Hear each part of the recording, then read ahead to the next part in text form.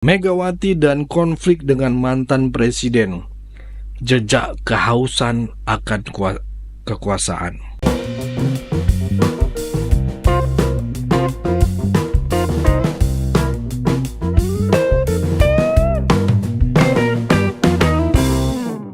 Assalamualaikum warahmatullahi wabarakatuh. Shalom, Om Swastiastu, Namo Buddhaya, salam kebajikan. Ya, kembali lagi dengan saya di sini Leonardo Sirait di channel kesayangan kita ini, Sirait Media. Opini Bang Leo. Nah, di kesempatan kali ini teman-teman, sebelum saya mulai membahas, teman-teman yang belum subscribe, tolong bantu subscribe channel ini dan klik tombol like-nya sebelum kita bahas untuk pembahasan hari ini. Politik Indonesia seringkali penuh dengan kejutan. Namun ada satu hal yang selalu konsisten: konflik personal di tingkat elit politik yang tak pernah berakhir.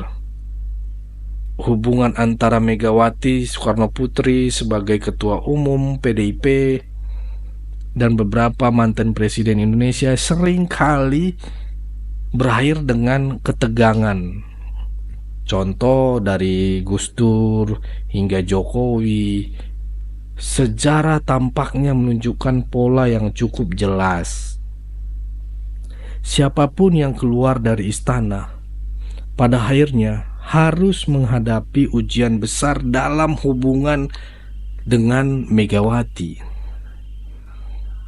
Kita mulai dengan Gus Dur ya. Kita coba analisis sosok pluralis ya, yang dihormati di dunia internasional.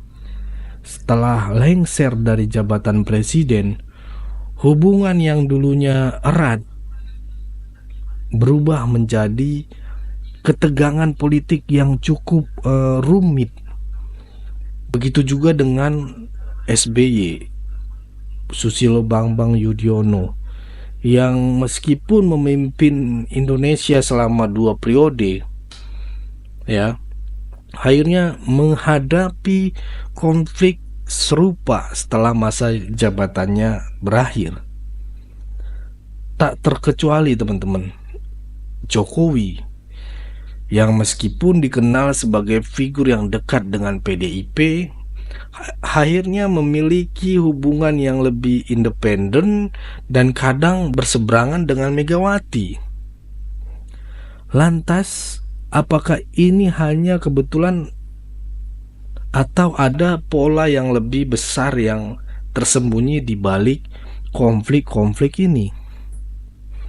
Jawabannya bisa jadi terletak pada paradigma politik Indonesia yang lebih mengutamakan kekuasaan ketimbang kolaborasi.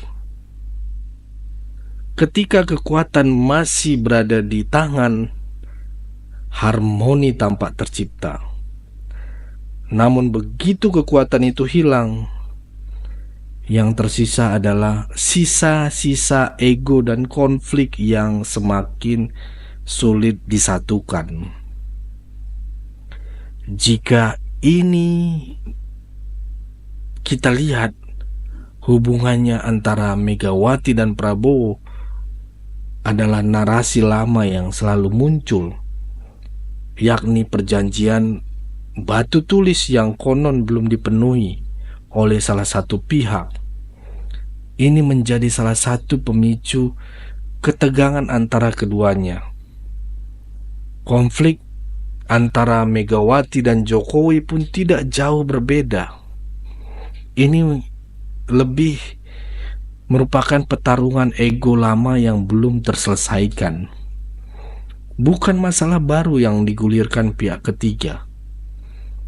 Tuduhan bahwa Jokowi adalah penyebab utama konflik ini seringkali digunakan untuk mengalihkan perhatian dari masalah yang lebih mendalam. Ketidakmampuan para elit politik untuk menyelesaikan konflik mereka dengan cara yang dewasa. Ya, Jokowi di sisi lain menunjukkan pendekatannya yang berbeda setelah tidak lagi menjabat sebagai presiden. ia memilih untuk lebih dekat dengan rakyat. Masyarakat datang ke rumahnya di Solo setiap hari, bukan untuk mencaci atau mengkritik, melainkan untuk sekedar bersalaman ataupun mendengarkan. Nah, fenomena ini mengungkap sebuah ironi besar dalam politik Indonesia. Di sisi lain ya, satu sisinya ada mantan presiden yang masih dicintai rakyat karena kesederhanaannya. Sementara di sisi lain, konflik-konflik persoalan elit politik terus berkelanjutan tanpa henti. Namun, apakah kedekatan Jokowi dengan rakyat ini benar-benar soal spiritualitas atau aura pemimpin yang sederhana? Tidak juga gitu ya. Fenomena ini lebih mencerminkan kerinduan masyarakat akan seorang pemimpin yang tulus, sederhana, dan merakyat. Suatu kualitas yang sering dianggap hilang dari para elit politik yang lebih sibuk dengan agenda pribadi mereka. Ya, disitulah kita bisa menarik pelajaran penting.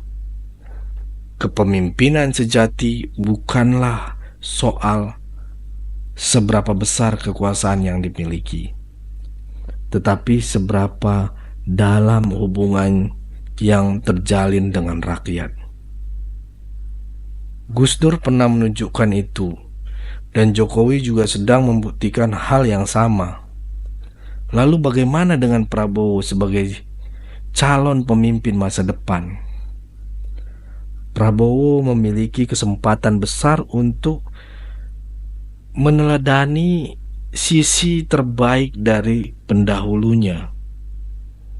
Jika ini ia ingin menghindari pada pola konflik yang sama, ia harus memprioritaskan harmoni dan kerja nyata daripada melestarikan drama politik yang tak ada habisnya. Politik Indonesia tidak membutuhkan pemimpin yang pandai berbicara tentang banyak kawan tetapi malah sibuk menciptakan musuh.